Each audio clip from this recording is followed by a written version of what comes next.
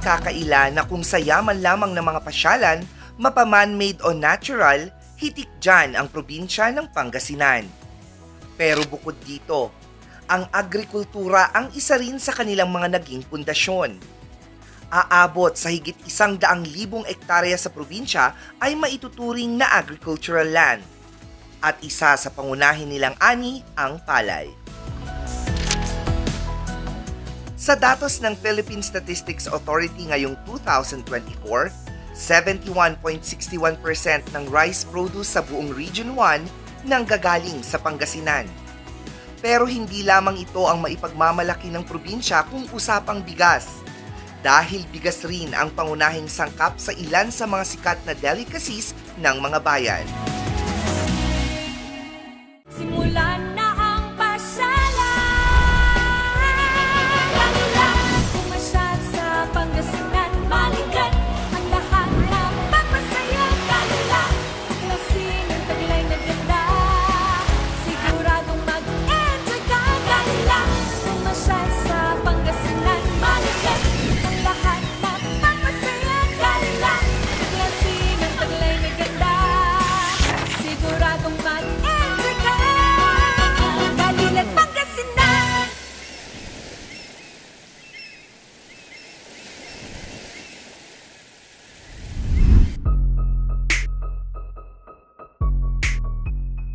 Isa rito ang sikat na puto ng bayan ng Calasiao.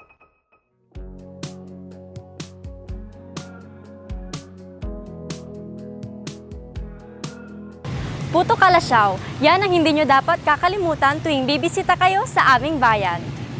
Dakila mga iba naman, puto. Dakila! Dito sa harapan ng simbahan matatagpuan ang hile-hilerang mga bilihan ng Puto Calasiao. So yun po, way back 2018, nagkaroon po ng Guinness World Book of Records ang bayan ng Calasiao. Dahil po yan sa white gold ng Calasiao ang puto. Yan, nagkaroon po tayo ng largest puto mosaic kung saan makikita natin ang mosaic na may lolo at bata na ipinasa ang puto sa bata na nagsisimbolize nun na ang puto pinasa sa next generation. So ayun po, dahil po sa Guinness World Book of Record na yon, nagkaroon na po ng pangalan sa mapa ng Pilipinas, ang Calasiao. Siguradong may mabibilhan ka ng pampasalubong dahil ilan sa mga shops dito ay nagbubukas as early as 2 a.m. Ang ilan naman ay nagbubukas ng 7 a.m. at mangilan-ngilan na 24 hours na bukas, kaya kahit anong oras siguradong may madadatnan ka. Binabalikan po namin kasi masarap po yung puto ng Calasiao para sa pamilya po pa sa loob. Ito talaga ang binabalik-balikan dito sa bayan ng Calasiao. Pero kung bakit, tara, alamin natin yan.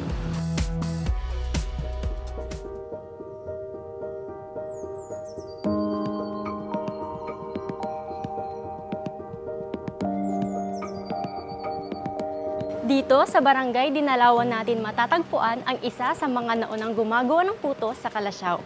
At ang sekreto kung bakit kilala ang produktong ito hindi lang sa Pangasinan kundi sa buong mundo ay malalaman natin dito.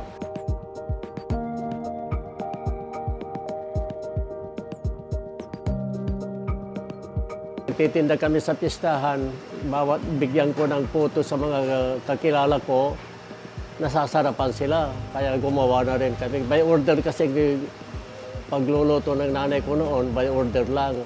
Bawat bigyan ko ng puto, nasasarapan. Sabi nila, masarap yun. Sabi nila. So, sinubukan namin magtinda ng mag-asawa. Sa pistahan din, mabili. Hanggang sa inumpisa namin dito sa Calasiao, naubos. Kaya araw-araw nagtinda na yung misis ko para masuportahan yung pangangailangan ng mga bata kasi 3 na ang college namin noon. So, nagtitinda sila ng puto, ako yung nagluluto naman. Ang ingredients lang, bigas, tubig at saka asukal lang, 3 lang yan. Masaya po ako kasi ito yung binigay ng Diyos sa amin na hanap buhay para masustentuhan ang pangangailangan ng pamilya.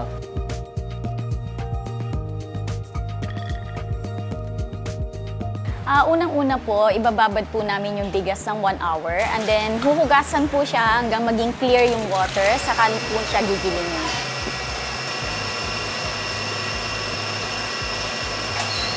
So after po natin siyang gilingin, titimplahan na po natin siya ng asukal. Yung asukal po, sukat po ng bigas, ay sukat din po ng asukal kasi para po hindi po siya madaling masira. And then after po natin siyang timplahan, ilalagay po natin siya sa banga. Yun po yung pampaalsa na tinatawag. Ihintayin po natin siya ng 3 oras bago siya umalsa. So kapag umalsa na po yung tapong, napuno na po yung sa may ibabaw po ng banga, then sasalain na po natin para matanggal po yung mga small particles pa po para hindi siya magaspang ang kalalabasan. And then after po natin siyang salain, then yun na po, ready for steam na po natin, ilalagay na po natin siya dito sa hulmahan, doon po sa tiwit. Then pagkatapos pong ilagay sa tiwit, i-steam po natin siya ng 30 to 45 minutes. Pagkatapos po natin siyang i-steam, then palalamigin po muna natin siya, saka po natin siya tatanggalin sa hulmahan.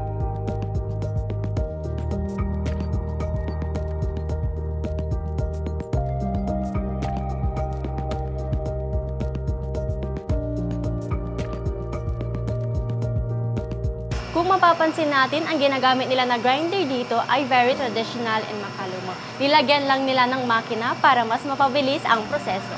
Kuya, pwede pong patry? Pwede pong paturo po?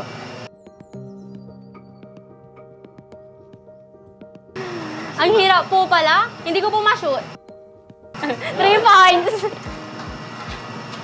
Nung una po, nahihirapan po ako i-shoot siya. Pero nung sinabi po ni Kuya na kailangan po may tubig, mas napapadali po kasi parang bumibigat po yung... Isa sa mga ginagamit na grinder dito ay nasa 40 years na at ayon sa may-ari, matinding panalangin ang inalay niya para mapasakan niya ang gilingan sa mababang presyo at hanggang sa ngayon ay nagagamit pa rin nila ito sa kanilang produksyon. Alam niyo po ba na ang tawag sa molder na ito ay tiwit? Kung bakit ito na po ang nakagisnan nila. Pero noon, ang ginagamit nila ay ang babasakin. Yun ay ang porselana. Teka lang, dyan ka lang at magsusungkit muna ako. Masam-samit!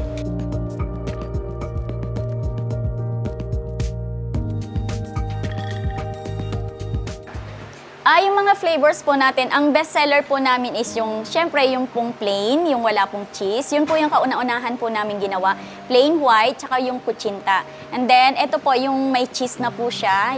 Then, after that, yung ube. Ube, pandan, banana, mango, strawberry. Meron na rin po kaming raspberry, blueberry, may chocolate, may vanilla flavor, which is the black one. And then, meron na rin po kaming cheesy salted egg. Meron na rin po kaming ham and cheese. Meron din po kaming tinatawag na impaltoy. Yung nilalagyan po siya ng buko. Fresh from gilingan po, titimplahan lang po siya ng sugar.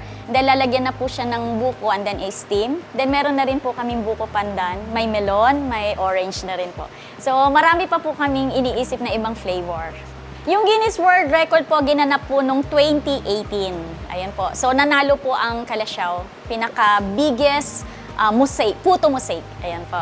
Ang presyo po natin is 110 per kilo, yung plain, tsaka kuchinta. Yung mga may cheese po, tsaka ibang flavor po is 130 per kilo. Pero yung impalta, yung special po namin is nagkakahalaga po siya ng 150 pesos, which is the ham and cheese, yung mga may dalawa pong flavor. Subukan nyo pong tikman ang aming produkto sapagkat kaiba po ang Puto Kalasyaw. Kaya subukan ninyong pumunta dito sa aming bayan, tikman nyo ang aming puto para masiyahan kayo.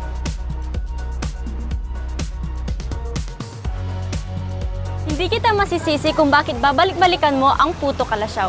Sino ba namang hindi? Panalong-panalo ang lasa nito.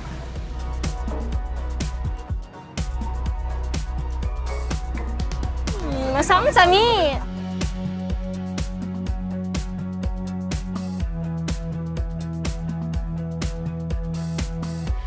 Puto, Jakila Mangaliw!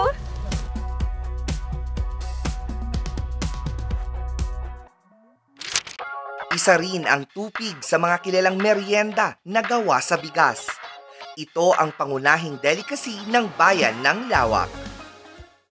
When you love it, you'll keep coming back for it. And that's what the makers of these goodies are delighted about. This flat sweets wrapped in banana leaves has become a favorite delicacy for tourists and even locals from other neighboring towns. Just beside the Municipal Plaza, be impressed seeing these coconut-flavored treats be prepared right before your very eyes.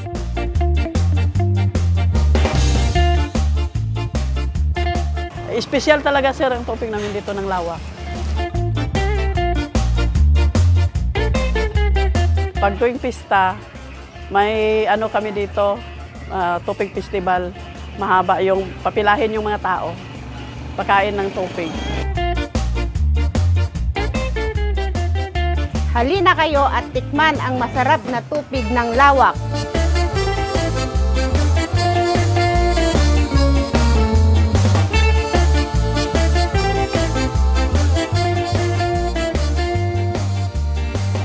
Mga 20 years na kami nagbenta ng tupig.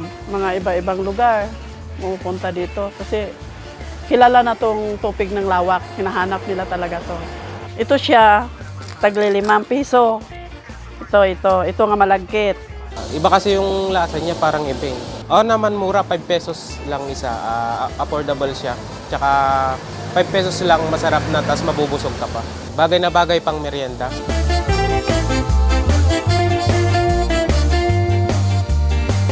Sa amin kasi may gatas, may cheese ang ingredients namin. Kasi yung tupig nga business, walang return. Maibenta mo lahat. At saka malakas nga negosyo to.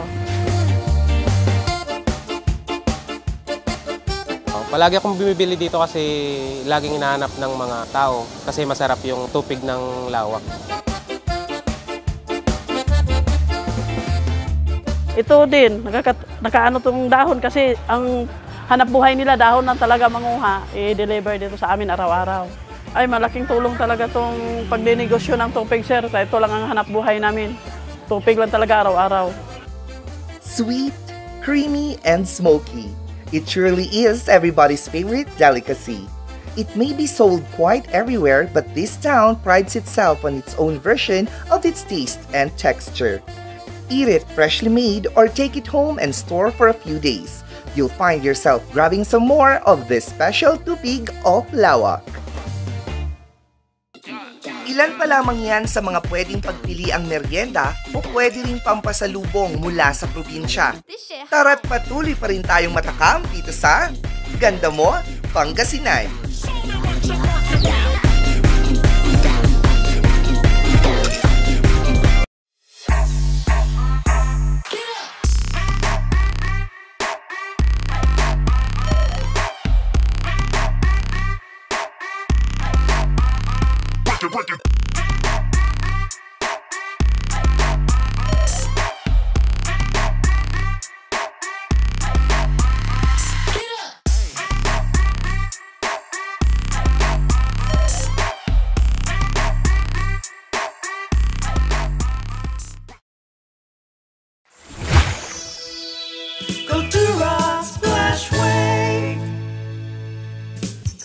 Have fun and enjoy the sun. Family and friends as one. Welcome to Cultura Splash Wave, a world-class resort nestled at the foot of the mountains. Have fun with the different waves at our amazing wave pool. Be thrilled at the heart-pounding giant slides. Swim to your heart's content at the uniquely designed dolphin pool. Be a child again with your family and friends at the Water Factory. Enjoy the comforts of your home at the spacious, elegantly furnished, air-conditioned rooms. Celebrate the best times of your lives at Juliet's Legacy Hotel and Pavilion. Face your fears at our Skywalker. Relax and find your calm at our Fish Spa. Located at Jerez, Pugo, La Union. Live the adventurous life with Cultura Splash Wave. Join us now, come on, Cultura Splash Wave. Cultura Splash Wave. Come have fun and enjoy the sun. Family and friends as one. In the waters, join us now, come on, Cultura Splash Wave. See you there. Kultura Splash Wave.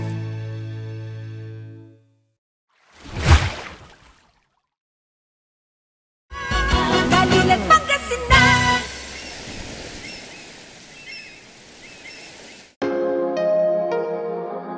Pinagsisikapan ang paggawa ng bawat delicacy sa Pangasinan. Hinahaluan ito ng pagmamahal at kasanayan para makuha ang tamang timpla. Gaya ng inkiwar ng tayug. Isang produktong nakadikit na sa bayan ng Tayug ang tinatawag naming inkiwar. At yan ang masarap pampasalubong. Pero inkiwar 2.0, tunog mas masarap ano? Ano kayang kakaiba dito? Tara, alamin natin yan.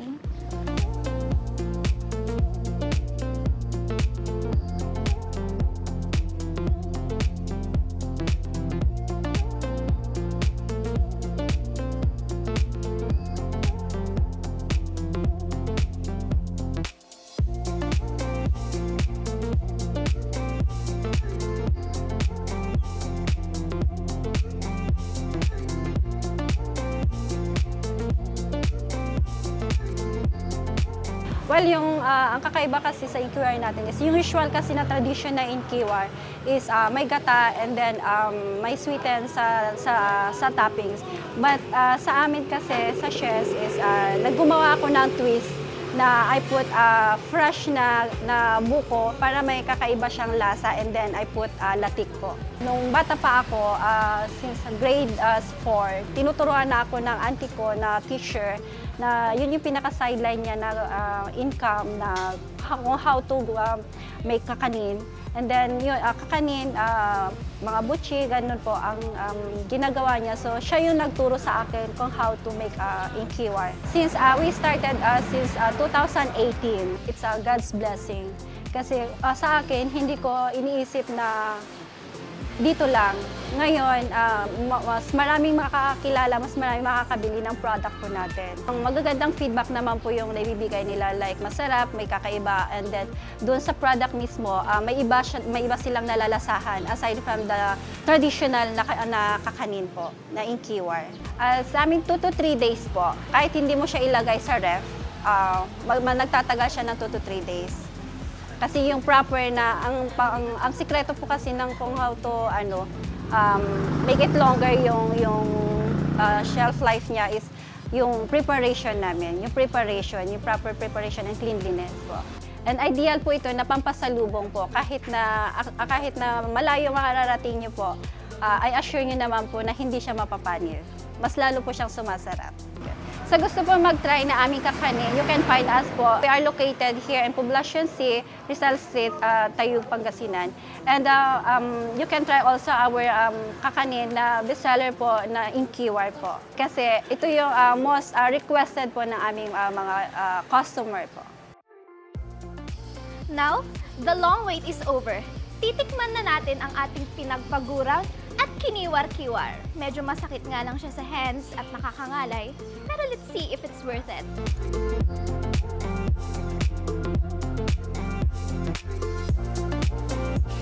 Parang gusto ko ulit mag-kiwar-kiwar. Pero bago yan, ubusin muna natin to.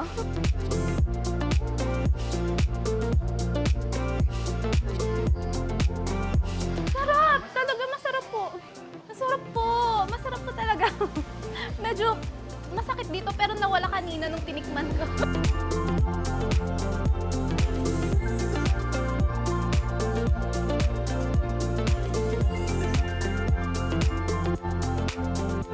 Ang inkiwar po kasi ay product ng Tayug. Ito po yung sikat sa amin. So, nakakatulong ito ng turismo dahil nga may mga bumibili outside ng town namin at natitikman nila at inuulit nilang bumili sa Tayug. So, nakaka-attract ng turismo po yun. Ang ano pa po, may mga locally din na gumagawa na iba pa, yung traditional way. At sa mga barabarangay, yun po yung inaangkat nila sa palengke na nabibili naman ng mga other town na namamalengke sa amin. So, pwede po nilang makuha yung product namin sa aming market. The price of their products ay mula 200 to 1,500 pesos. Depende yan sa kung anong klase, size, at piraso. Hindi talagang maikakailang ang Tayug, isang agricultural municipality dahil sa produktong ito. Patunay din na ang bayan ay pinananatili ang tradisyon at kultura while being innovative. Kagaya nitong Inkiwar 2.0. Thank you po, ma'am. Babalik po ako sa birthday ko every year.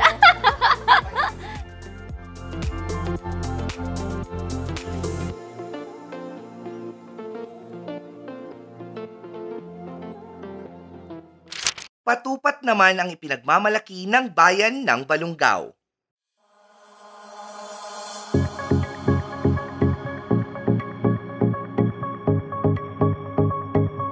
Kasing tamis ng mga ngiting sasalubong sa'yo dito sa bayan ng Balungaw ang produktong mai-enjoy mo at paniguradong pati na rin ang mapapasalubungan mo nito, ang patupat. Intayon ka Ilyan, ramanan ti patupat ti Balungaw. Himas!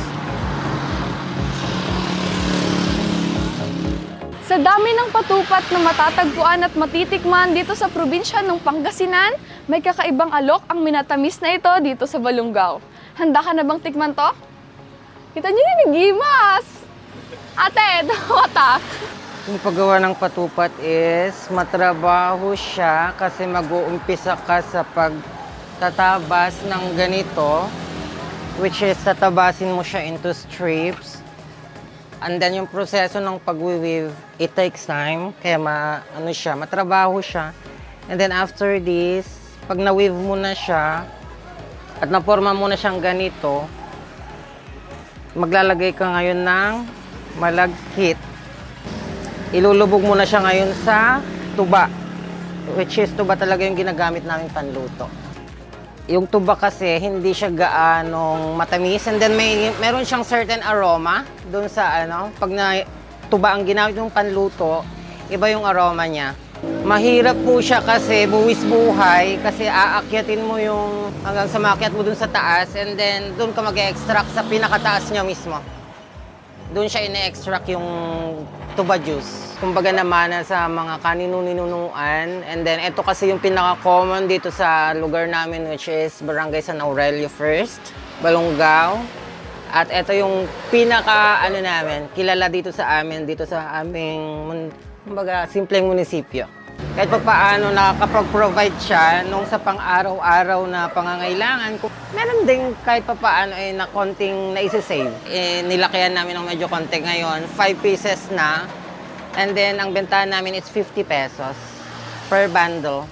Araw-araw, bagong gawa ang mga patupat na madadatnan dito dahil madalas ay sold out ang mga ito.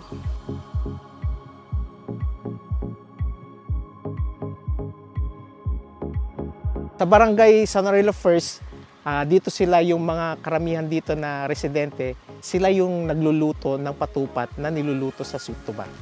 Ito yung naging unique sa kanya kasi karamihan ay sweet, yung sugarcane ang ginagamit, pero dito ay yung sweet tuba. And dito lang sa iisang barangay mo lang siya, yung bang skills ng pagluto, ng pagkuha ng sweet tuba at pagluto ng patupat, luto sa sweet tuba, ay nahandlang ito sa iisang barangay. 3 days ang shelf life ng patupat without refrigeration, pero mas tatagal kapag na-i-ref. Umaabot na nga rin sa ibang bansa ang mga patupat ng Balungaw. Basta may steamer o microwave, mai-enjoy mo ang minatamis na ito kahit nasan ka pa. If ever man po na mapadpad po kayo dito sa aming munisipyo or sa aming barangay po, subukan nyo po yung patupat namin kasi kakaiba po siya.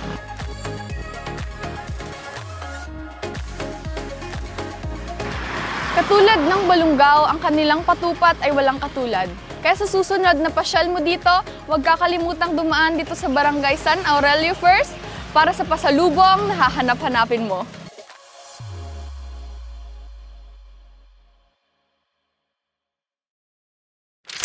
Kilala naman ng bayan ng Basista sa paggawa ng delikasing malagkit na tinatawag na lati.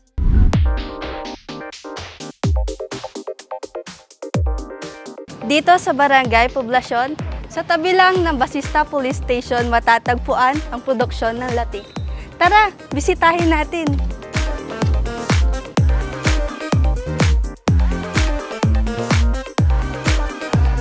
Hello po! Ang latik ng Basista ay nanguna sa larangan ng paggawa nito sa probinsya, ngunit ang produksyon ay unti-unting nawala sa bayan. Kaya naman, naisipan ng lokal na gobyerno na muling buhayin ang produksyon sa sentro ng bayan.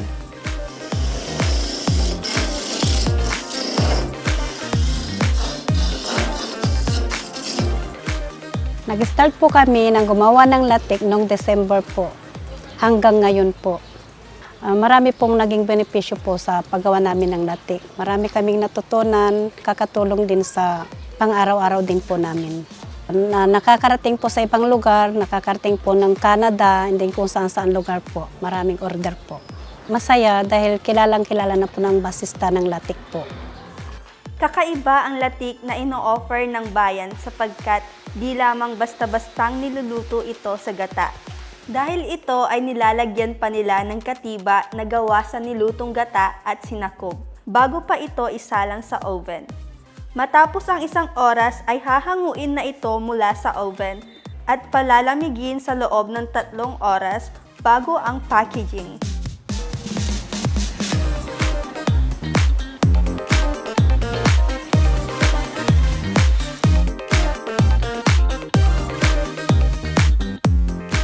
Ang special latik ng aming bayan, nabibili ito sa halagang 150 pesos para sa small, 180 pesos sa medium, 250 pesos sa large, at 450 pesos naman sa extra large.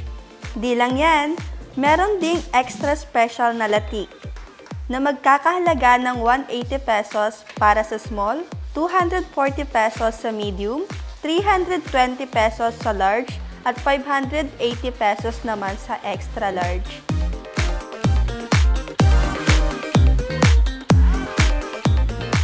Before, it's just like it's only a dream. Pero nung makita namin na pawala na yung mga producers ng latik dito sa bayan namin, tinawag po natin itong mga maglalatik. At tinuruan natin sila kung paano gumawa ng latik na gawa sa oven. Ate, gaano po katagal bago po maluto yung latik? Hindi ito, 30 minutes. And then sa oven, 1 hour.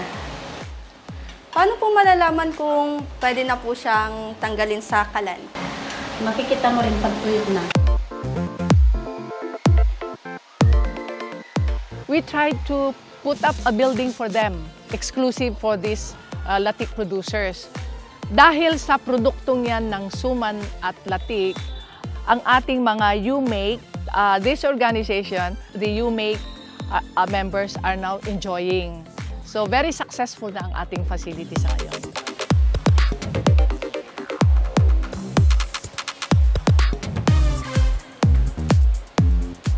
Ganun pala siya katagal bago maluto, no? Now I know. At dahil di na ako makapag-antay, ito ang tutong galing doon sa kawali. Tara, tikman natin. Sarap. Hindi pa ito na-oven, ha? Paano pa kaya pag na-oven na? Sobrang bet ko talaga nito. Try nyo na! Siguraduhing huwag makaligtaang bumisita sa palengke para makabili ng latik. Nagbubukas sila ng alas 5 o alas 6 ng umaga, kaya agahang magpunta upang hindi maubusan. Nagsusupply din sila sa merkado at maaari ding dumiretso sa pagawaan upang mag-order ng latik na maaaring pangpasalubong, panghanda at pangmerienda. Bukod sa mga minatamis, meron ding isang produkto sa Pangasinan na gawa sa bigas na swak ring inumin at pampasalubong.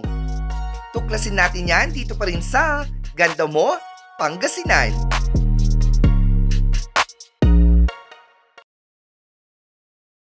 Bulok, maliliit at hindi ba malusog ang inyong mga halaman? Omega Green ang ang kasagutan. Ihalo lang ang 2 kutsara nito sa isang maliit na container at kaunting tubig. Pagkatapos ay ihalo sa knapsack sprayer at pwede na itong ispray sa mga pananim. Meron itong nitrogen, phosphorus, magnesium, copper at zinc na tumutulong sa pagpapaganda at pagpapabilis ng tubo, pagpapanatili ng nutrisyon, mas malagong mga dahon at panlaban sa mga sakit ng mga halaman. Hindi rin ito nakasasama sa kapaligiran. Pwede rin ito sa kahit anong klase ng halaman, mapa-highland crops o lowland crops. Omega Green by Encam Agri-Marketing, the ultimate friend of farmers. Looking for a place to stay in Baguio City? Find your calm at Hotel Supreme. A good dip at their pool.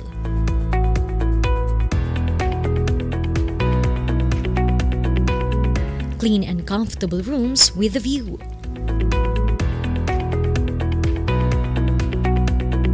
Accommodating staff.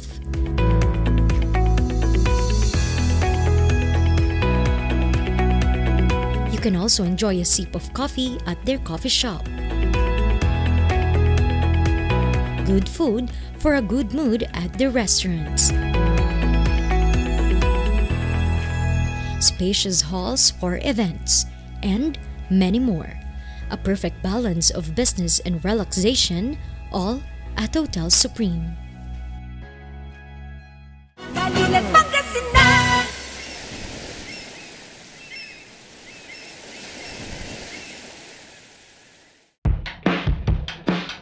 Isa na siguro sa mga pinakasikat na delicacy hindi lamang sa Pangasinan kundi sa buong Pilipinas ang kakanin.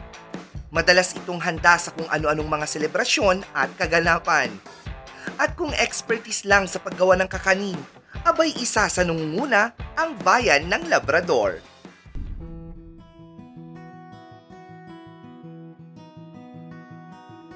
Traveling is never complete without something to eat.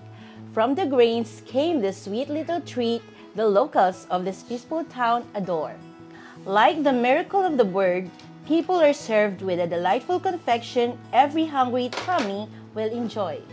Surely it's fun when unwrapping the young coconut leaves, revealing a flavorful present to feast. Nag-umpisa po ako noong pandemic po. Dahil sa walang trabahong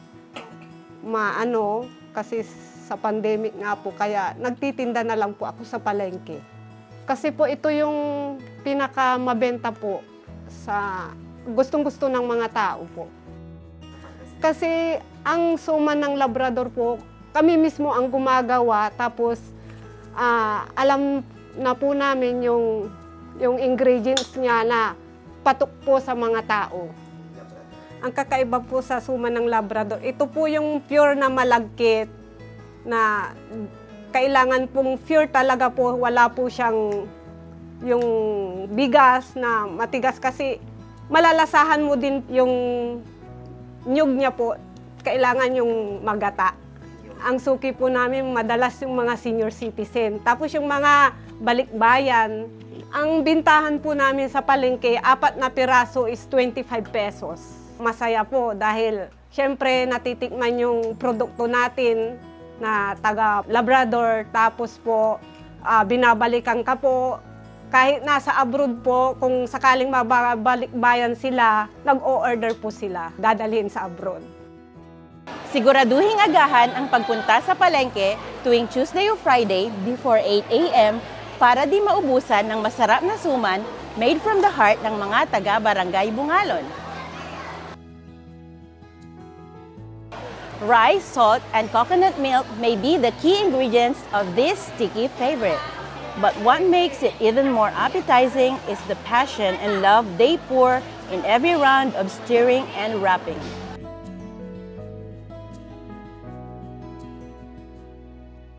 This delicacy is a sweet way of getting to know Labrador.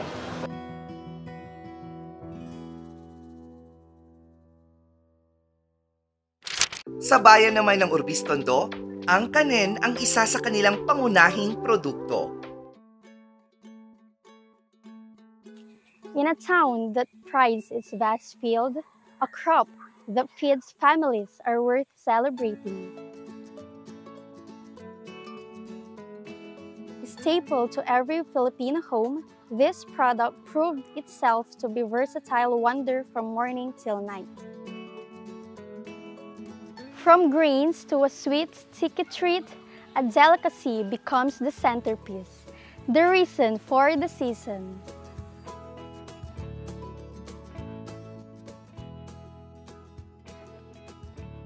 Before pandemic, gumagawa na po kami. Pero nung pandemic, parang mas lumakas po siya. Kasi nga, bawal yung mga may lumabas-labas. Tapos, ayun, nagdi-deliver po kami. Maliban sa Biko, gumagawa kami ng sapin-sapin, tikoy roll, mga ganun. Okay lang naman po ang bintahan kasi marami naman pong nag-order. Depende po yun sa kakanin na i-order nila, yung presyo na. Biko, pagka large, 750, pag sapin-sapin, 800. Medium, 450. Pag size small, 300 po. Nakakarating na sa iba-ibang lugar po. Minsan, dinadala sa Manila mga umuuwing mga customer ko. Nagbabaon sila, pasalubong sa mga relatives nila. Pagkakaiba po ng kakanin sa ibang lugar dito sa Orbis ay masarap siya dahil hindi siya tinipid, malinamnam. Siyempre, masaya yung gumagawa. Bumisita po kayo sa Orbis Tondo para tikman ang aming mga kakanin.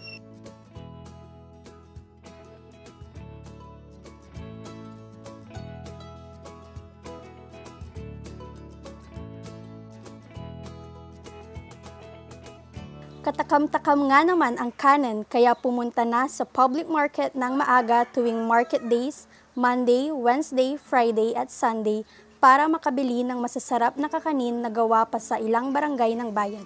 Pwede din magpagawa anytime sa Barangay Bayawas o sa Barangay Poblasyon at Barangay Kamanbugan. Makakatulong ka pa sa pamilyang ito ang kabuhayan. So, ang Orbis Tondo po ay isang landlocked area. So, kami po ay agricultural town. So, farming po is the primary livelihood po of our people in our town.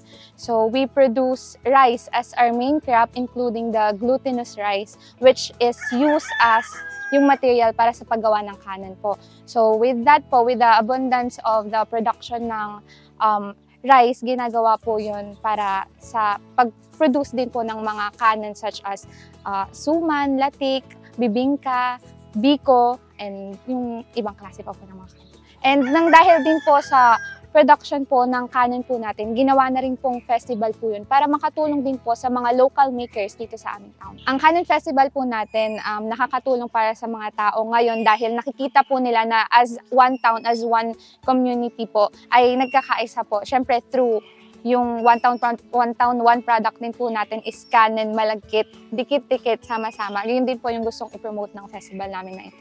As early as 5 a.m., bukas na ang public market, tumungo lang sa dry section at hanapin ang mga pwesto ng kakanin vendors.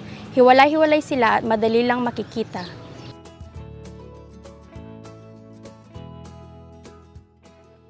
Kanin, a treat that's pleasant to the palate, is loved by so many, young or old. Here in Barangay Poblasyon, like one of many barangays in Orbis Tondo, making these sweets is their way of welcoming you to their lovely home.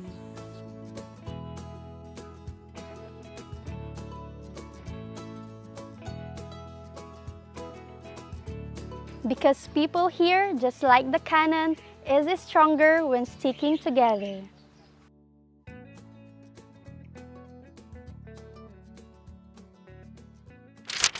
Pero bukod sa mga malagkit, may produkto ring inumin sa Pangasinan na gawa sa bigas.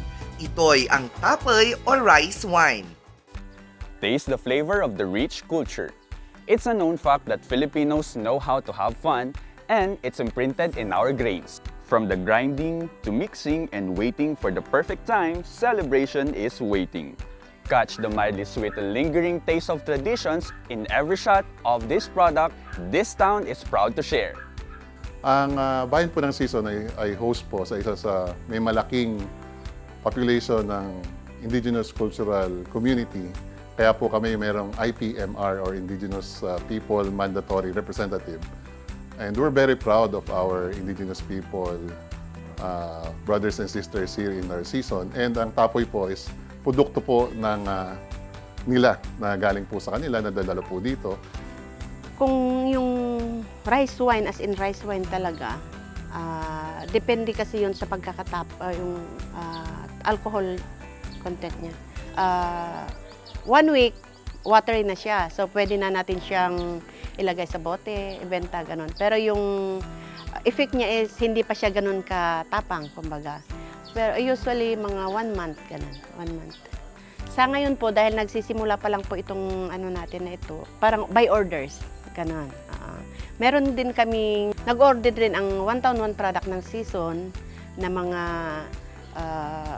product namin. Gumagawa ako talagang binibenta ko online. Ang bilis naman pong mabenta. Meron kasi tayong 2 klase. Yung isa is yung good for 2 to 3 days. Pwede na natin siyang i-harvest. Ayun yung tinatawag natin na sinaig or binubudan. Kasi bago siya maging rice wine, yung 3 days na yun, ay naano na namin, binibenta. Usually yun ang mabenta sa mga babae. Mas gusto nila yun kasi matamis lang siya. Yung tapang niya parang okay lang. Unlike doon sa rice wine na talagang may hagod. Depende po sa paggawa. Halimbawa, nung una, yung ginawa kong 3 ganta, 3 sukat, is nakagawa lang ako ng 1 bote mahigit. Ang ginamit ko kasi doon is yung rice, special rice lang, mga 160. Iba kasi yung special rice sa sticky rice. Mas maraming na-produce na rice wine yung sticky rice. Pero actually, meron na yung mga matatanda talaga na marunong nang gumawa pero hindi nila ginagawang negosyo. Kumbaga, kung may mga okasyon lang. Kasi usually ang rice wine sa amin dito na mga nandito sa lowland, pag may kasal, in demand yan. Yan. Tsaka pagka mga halimbawa festival, Thanksgiving festival, or yung tinatawag namin na pagka Oktoberfest, mga ganun. Tuwing gumagawa ng tapoy, the elders have to do it in a secluded place away from children. Paniniwala ito para hindi mabulabog ang mga espiritong nang babasbas ng tapoy. Bago pa man maging tapoy, pwede mo nang kainin ang fermented rice. And the elders believes na kapag kinain mo sa umaga ang fermented rice na ito, it will help you improve your digestion.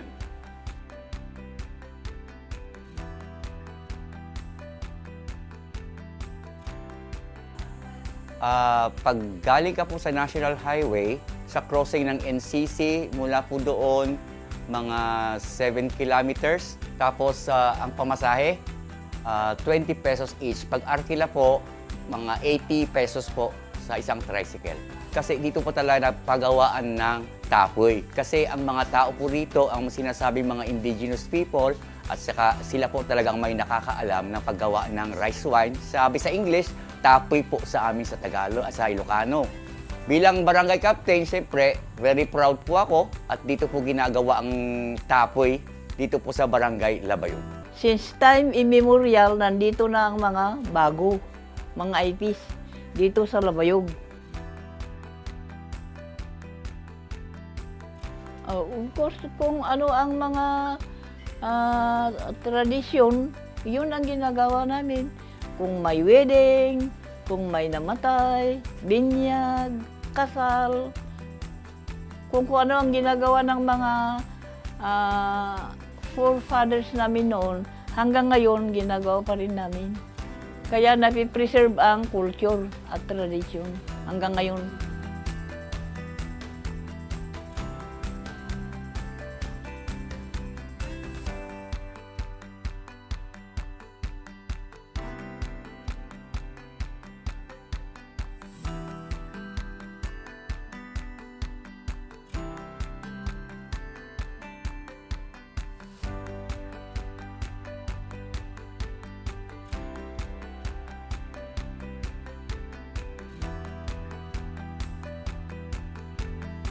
Every little success deserves a pat on the back, so take a sip and celebrate. These booths will certainly bring good memories in season. You can even take some bottles home. Tap your friend and share some tapoy made in Barangay Labayug.